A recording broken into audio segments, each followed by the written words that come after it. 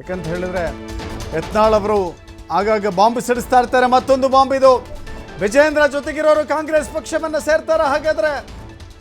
ಹೌದು ಅಂತಿದ್ದಾರೆ ಬೆಳಗಾವಿಯಲ್ಲಿ ಶಾಸಕ ಬಸನಗೌಡ ಪಾಟೀಲ್ ಯತ್ನಾಳ್. ಬಿಜೆಪಿ ಪಕ್ಷವನ್ನ ಕಟ್ಟಿದವರು ನಾವಿದ್ದೇವೆ. ವಿಜಯೇಂದ್ರ ಸುತ್ತಮುತ್ತ ಇರುವಂಥವರು ಎಂಥ ನಾಯಕರಿದ್ದಾರೆ. ಪ್ರೀತಮ್ ಗೌಡ, ಹಾಸನದ ಮಾಜಿ ಬಿಜೆಪಿ ಶಾಸಕ ಪ್ರೀತಮ್ ಗೌಡ ಯಾವ ಕಾಂಗ್ರೆಸ್ಗೆ ಹೋಗ್ತಾರೋ ಗೊತ್ತಿಲ್ಲ. ಹೈಕಮಾಂಡ್ ಮುಂದೆ ತಲೆಬಾಗಿದ್ದೇವೆ ಅಂತ ಹೇಳೋದು ಇದೊಂದು ಕಾಮನ್ ಸ್ಟೇಟ್ಮೆಂಟ್. ಅದು ಟಿಕೆಟ್ ಸಿಗದಿದ್ದರೆ ಬೇರೆ ಪಕ್ಷಕ್ಕೆ ಹೋಗ್ತಾರೆ ಅಂತ ಯತ್ನಾಳ್ ಭವಿಷ್ಯ ನುಡಿದಿದ್ದಾರೆ. ನೋಡಿ, ಹೇಳಿ ಕೇಳಿ, ಪ್ರೀತಮ್ ಗೌಡ ಕಾಂಗ್ರೆಸ್ ಪಕ್ಷವನ್ನು ಸೇರ್ತಾರೆ ಅಂತ ಹೇಳಿದ್ದು ಬಸನಗೌಡ ಪಾಟೀಲ್ ಯತ್ನಾಳ್ ಮೊದಲ ವ್ಯಕ್ತಿ ಅಲ್ಲ. ಹಾಗೆಂತ ಚರ್ಚೆ ಶುರುವಾಗಿದ್ದು ಕೂಡ ಬಸನಗೌಡ ಪಾಟೀಲ್ ಯತ್ನಾಳ್ ಹೇಳಿದ ಮೇಲೆ ಅಲ್ಲ.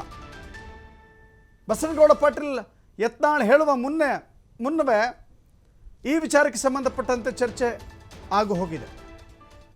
ಹೇಳಿ ಕೇಳಿ ವಿಜಯೇಂದ್ರ ಅವರ ಒಡನಾಡಿ, ಬಲಗೈ ಬಂಟ, ಯಾವಾಗಲೂ ಕೂಡ ಪ್ರೀತಮ್ ಗೌಡ ವಿಜಯೇಂದ್ರ ಜೊತೆಗೆ ಇರುವಂಥವರು. ಹಾಗಿದ್ರೂ ಕೂಡ ಹೇಗೆ ಸೇರ್ಲಿಕ್ಕೆ ಸಾಧ್ಯ? ನೋಡಿ, ಕೆಲವಷ್ಟು ಲೆಕ್ಕಾಚಾರಗಳಿದ್ದಾವೆ. JDS ಹಾಗೂ BJP ಹೊಂದಾಣಿಕೆಯ ರಾಜಕಾರಣ ಇಡೀ ಕರ್ನಾಟಕದ ವ್ಯಾಪ್ತಿಯಲ್ಲಿ ಇರುವ ಮಾತುಗಳೇ ಬೇರೆ, ಲೆಕ್ಕಾಚಾರಗಳೇ ಬೇರೆ. ಆದರೆ ಹಾಸನದಲ್ಲಿರುವಂಥ ಲೆಕ್ಕಾಚಾರಗಳೇ ಬೇರೆ. ಏನು ಲೆಕ್ಕಾಚಾರ ಹಾಗಾದರೆ? ಯತ್ನಾಳ್ ಹೇಳಿಕೆಗೂ ಭವಾನಿ ರೇವಣ್ಣ ಅವರ ಹಾಸನ ಎಂಟ್ರಿಗೂ ತಾಳೆ ಆಗ್ತಾ ಇದೆಯಾ? ಇನ್ನು ಮುಂದೆ ಹಾಸನ ಬಿಟ್ಟು ನಾನು ಓಡ್ ಹೋಗಲ್ಲ ಅಂತ ಹೇಳಿದ್ದಾರೆ ಭವಾನಿ ರೇವಣ್ಣ.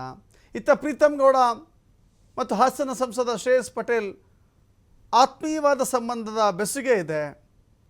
ಈ ಇಬ್ಬರ ನಡುವಿನ ಬೆಸುಗೆ ಯಾವ ರೀತಿ ಇದೆ ಅಂತ ಹೇಳಿದ್ರೆ ರಾಜಕೀಯಕ್ಕೂ ಮೀರಿದಂಥ ಬೆಸುಗೆ ಇದೆ.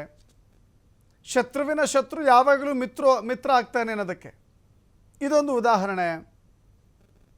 ಅಲ್ಲಿರುವಂಥ ಶ್ರೇಯಸ್ ಪಟೇಲ್ ದೇವೇಗೌಡರ ರಾಜಕೀಯ ವಿರೋಧಿ ಕುಟುಂಬದಿಂದ ಬಂದಂಥವರು. ಇನ್ನೊಂದು ಕಡೆ ದೇವೇಗೌಡರ ಕುಟುಂಬವನ್ನು ಬಹಳ ಟೀಕೆ ಮಾಡಿದಂಥ ವ್ಯಕ್ತಿ ಪ್ರೀತಮ್ ಗೌಡ. ಅವರಿಬ್ಬರ ಪಕ್ಷ ಬೇರೆಯಾಗಿದ್ದರೂ ಕೂಡ ಅವರ ಮನಸ್ಥಿತಿ ಒಂದೇ ಇದೆ.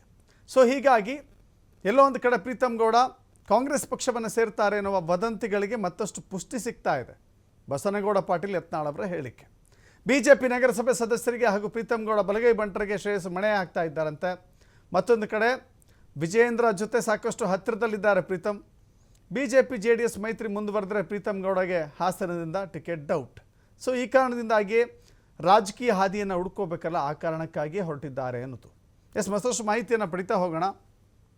ಪ್ರಕಾಶ್, ಗಮನಿಸ್ತಾ ಇದ್ದೀರಿ, ಒಂದು ಕಡೆ ವಿಜಯೇಂದ್ರ ಅವರ ಬಲಗೈ ಬಂಟ BJPಯ ರಾಜ್ಯ ಪ್ರಧಾನ ಕಾರ್ಯದರ್ಶಿ ಪ್ರೀತಮ್ ಗೌಡ ನಾನು ಕಾಂಗ್ರೆಸ್ ಅಲ್ಲ ಅಥವಾ BJP ಬಿಟ್ಟು ಹೋಗೋದೇ ಇಲ್ಲ ಅಂತ ಹಿಂದೆಯೂ ಸ್ಟೇಟ್ಮೆಂಟ್ ಮಾಡಿ ಕ್ಲಾರಿಫಿಕೇಷನ್ ಕೊಟ್ಟಿದ್ದಾಗಿದೆ.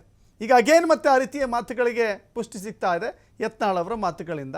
ಜೊತೆಗೆ ಹಾಸನ ರಾಜಕೀಯ ಇದೆಯಲ್ಲ, ಇಡೀ ಕರ್ನಾಟಕದಲ್ಲಿ JDS BJP ಮೈತ್ರಿ ಇದೆ, ಹಾಸನ ಕ್ಷೇತ್ರವೊಂದ ಹೊರತುಪಡಿಸಿ. ಏನಂತೀರಿ?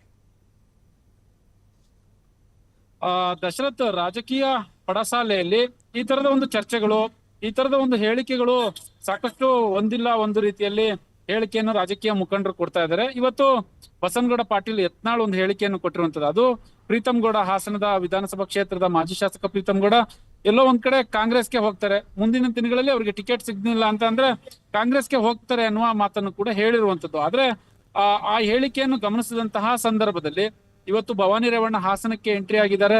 ಜೊತೆಗೆ ಒಂದು ಹೇಳಿಕೆ ಕೊಟ್ಟಿರುವಂತದ್ದು, ವಿರೋಧಿಗಳಿಗೆ ಒಂದು ಟಾಂಗ್ ಕೊಟ್ಟಿದ್ದಾರೆ.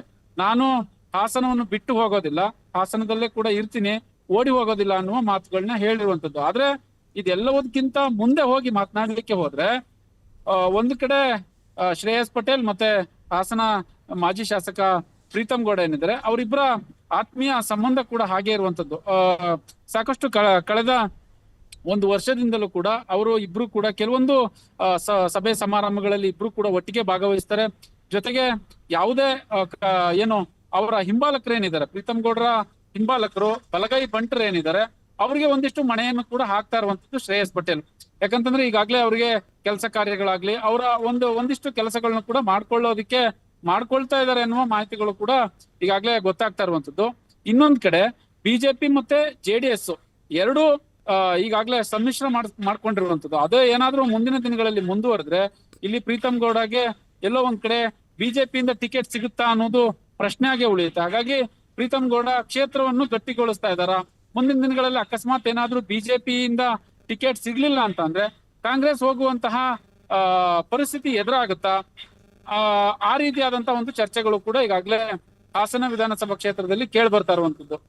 ಇನ್ನೊಂದು ಕಡೆ ಬಿಜೆಪಿಯ ರಾಜ್ಯಾಧ್ಯಕ್ಷ BY ವಿಜಯೇಂದ್ರ ಜೊತೆ ಸಾಕಷ್ಟು ನಿಕಟ ಸಂಪರ್ಕವನ್ನು ಹೊಂದಿದ್ದಾರೆ. ವಿಜಯೇಂದ್ರ ಜೊತೆ ಬಲಗೈ ಬಂಟ ಅನ್ನುವ ಮಾತುಗಳು ಕೂಡ ಈಗಾಗಲೇ ರಾಜಕೀಯ ಪಡಸಾಲೆಯಲ್ಲಿ ಚರ್ಚೆಗಳು ಕೂಡ ಆರಂಭವಾಗಿದೆ. ಅದು ಎಲ್ರಿಗೂ ಗೊತ್ತಿರುವಂತಹ ವಿಚಾರ. ಇದು ಎಲ್ಲೋ ಒಂದ್ ಕಡೆ ಸಂದಿಗ್ಧ ಪರಿಸ್ಥಿತಿ. ಒಂದ್ ಕಡೆ ವಿಜಯೇಂದ್ರರವನ್ನು ಕೂಡ ಬಿಟ್ಕೊಡ್ಲಿಕ್ಕೆ ಆಗೋದಿಲ್ಲ, ಒಂದ್ ಕಡೆ ಇನ್ನೊಂದ್ ಕಡೆ ಬಿಜೆಪಿಯಿಂದ ಟಿಕೆಟ್ ಸಿಗ್ಲಿಲ್ಲ ಅಂತಂದ್ರೆ, ಮುಂದಿನ ದಿನಗಳಲ್ಲಿ ಬಿಜೆಪಿಯಿಂದ ಪ್ರೀತಮ್ ಗೌಡಗೆ ಟಿಕೆಟ್ ಸಿಗ್ಲಿಲ್ಲ ಅಂತಂದ್ರೆ ಅವರ ಹಾದಿ ಕೂಡ ಬೇರೆ ಆಗಿರುತ್ತೆ. ಬೇರೆ ಮಾರ್ಗವನ್ನು ಹಿಡಿಲೇಬೇಕಾಗುತ್ತೆ. ರಾಜಕೀಯವನ್ನು ಕೂಡ ಹಾಸನದಲ್ಲಿ ಮಾಡ್ಲೇಬೇಕಾಗುತ್ತೆ. ಯಾಕಂತಂದ್ರೆ ದೇವೇಗೌಡರ ಕುಟುಂಬವನ್ನು ಕೂಡ ವಿರೋಧ ಮಾಡಿಕೊಂಡು ಪ್ರಕಾಶ್ ಇದೇ ಕಾರಣಕ್ಕೆ ಮೊದಲು ಮೈತ್ರಿ ಆದ ಸಂದರ್ಭದಲ್ಲಿ JDS ಹಾಗೂ ಬಿಜೆಪಿ ಮೈತ್ರಿಯನ್ನು ವಿರೋಧಿಸದಂಥ ಮೊದಲ ವ್ಯಕ್ತಿ ಅಂದರೆ ಅದು ಪ್ರೀತಮ್ ಗೌಡ. ಮುಖ್ಯಮಂತ್ರಿಯಾಗಿದ್ದ ಬಸವರಾಜ ಬೊಮ್ಮಾಯಿ ಅವರು ದೇವೇಗೌಡರ ನಿವಾಸಕ್ಕೆ ಹೋಗಿ ಆಶೀರ್ವಾದವನ್ನು ತೆಗೆದುಕೊಂಡು ಬಂದಾಗಲೂ ಕೂಡ ಅದೇ ರೀತಿಯ ವಿರೋಧವನ್ನು ವ್ಯಕ್ತಪಡಿಸಿದ್ದು ಇದೇ ಪ್ರೀತಮ್ ಗೌಡ. ಜೊತೆಗೆ ಸೋಮಣ್ಣ ವಿಚಾರದಲ್ಲಿ ಏನೆಲ್ಲ ಮಾತನಾಡಿದ್ರು ಅಥವಾ ಬೊಮ್ಮಾಯಿ ವಿಚಾರದಲ್ಲಿ ಏನೆಲ್ಲ ಮಾತನಾಡಿದ್ರು ಅವೆಲ್ಲವೂ ಕೂಡ ಈಗ ಕೌಂಟ್ ಮಾಡಿಕೊಳ್ಳುವಂಥ ಸಮಯ ಅಂತ ಅನ್ಸುತ್ತಾ? ದಶರಥ್, ಎಲ್ಲೋ ಒಂದ್ ಕಡೆ ಈ ಎಲ್ಲಾ ಹೇಳಿಕೆಗಳು ತಾಳೆ ಆಗ್ತವೆ ಅನ್ನುವ ಮಾತುಗಳು, ಚರ್ಚೆಗಳು ಹಾಸನ ವಿಧಾನಸಭಾ ಕ್ಷೇತ್ರದಲ್ಲಿ ಕೇಳಿ ಬರ್ತಾ ಇರುವಂತದ್ದು. ಒಂದ್ ಕಡೆ ಸೋಮಣ್ಣನ ವಿರುದ್ಧವಾದಂತಹ ಹೇಳಿಕೆಯನ್ನು ಕೊಟ್ಟಿದ್ರು. ಇದೇ ಪ್ರೀತಮ್ ಗೌಡ ಸೋಮಣ್ಣನ ವಿರುದ್ಧವಾದ ಹೇಳಿಕೆಯನ್ನು ಕೂಡ ಕೊಟ್ಟಿದ್ರು. ಸೋಮಣ್ಣನ ಕೆಂಗಣ್ಣಿಗೆ ಕೂಡ ಗುರಿಯಾಗಿದ್ರು. ನಂತರದಲ್ಲಿ ವಿಜೇಂದ್ರರವರ ಬಗ್ಗೆ ಸಾಕಷ್ಟು ಅಪಾರವಾದಂತಹ ಕಾಳಜಿ ಇಟ್ಟುಕೊಂಡಿರುವಂತವ್ರು. ಜೊತೆಗೆ ವಿಜೇಂದ್ರ ಅಂತ ಅಂದ್ರೆ ಅದರಲ್ಲೂ ಪ್ರೀತಮ್ ಗೌಡ ವಿಜೇಂದ್ರ ಜುಗಲ್ಬಂದಿ ನಾವು ಹಿಂದಿನ ಚುನಾವಣೆಯಲ್ಲಿ ಕೂಡ ನೋಡಿದ್ದು. ಮಂಡ್ಯದ ಉಪಚುನಾವಣೆಗಳಲ್ಲಿ ಇಂತಹ ಸಂದರ್ಭದಲ್ಲಿ ಗೆಲ್ಲಿಸಿಕೊಂಡು ಬರುವಂತಹ ಕೆಲಸ ಕೂಡ ಪ್ರೀತಮ್ ಗೌಡರವರಿಂದ ಆಗಿತ್ತು. ಆದ್ರೆ ಇದೆಲ್ಲವನ್ನೂ ಕೂಡ ಒಂದು ಕಡೆ ಬದಿಗೆ ಇಟ್ರೆ ಮುಂದಿನ ದಿನಗಳಲ್ಲಿ ಪ್ರೀತಮ್ ಗೌಡಗೆ ಇದೇ JDS ಮತ್ತು ಬಿಜೆಪಿ, ನಾನು ಆಗ್ಲೇ ಕೂಡ ಹೇಳ್ತಾ ಇದ್ದೆ, ಅಕಸ್ಮಾತ್ ಇವ್ರದ್ದು ಏನಾದ್ರೂ ಸತ್ಯ ಮುಂದುವರೆದ್ರೆ ಎಲ್ಲೋ ಒಂದ್ ಕಡೆ ಇಲ್ಲಿ ಟಿಕೆಟ್ ಸಿಗ್ಲಿಕ್ಕೆ ಕಷ್ಟ ಆಗಬಹುದು. ಅಕಸ್ಮಾತ್ ಸಿಕ್ಕಿದ್ರು ಸಿಗ್ಬೋದು, ಹೇಳಲಿಕ್ಕೆ ಆಗೋದಿಲ್ಲ. ಬಟ್ ಪ್ರಸ್ತುತ ಚರ್ಚೆಯಲ್ಲಿ ಇರ್ತಕ್ಕಂಥದ್ದು ಅಕಸ್ಮಾತ್ ಟಿಕೆಟ್ ಸಿಗ್ಲಿಲ್ಲ ಅಂತ ಅಂದ್ರೆ ಪ್ರೀತಮ್ ಗೌಡ ಬೇರೆ ದಾರಿಯನ್ನು ಕೂಡ ಹಿಡಿಲೇಬೇಕಾಗುತ್ತೆ. ಆಗೆಲ್ಲ ಯಾವ ರೀತಿಯಲ್ಲಿ ಬಿಜೆಪಿಯ ವರಿಷ್ಠರು ಯಾವೆಲ್ಲ ರೀತಿಯಾಗಿ ಇವ್ರನ್ನ ಮನವೊಲಿಸ್ತಾರೆ, ಜೊತೆಗೆ ಇವಾಗ್ಲಿಂದಲೇ ಕೂಡ ಸ್ಟೆಪ್ ಅನ್ನು ಯಾವ ರೀತಿ ತೆಗೆದುಕೊಳ್ತಾರೆ ಅನ್ನೋದನ್ನ ಕಾದ್ ನೋಡ್ಬೇಕಾಗುತ್ತೆ ದಶರಥ್.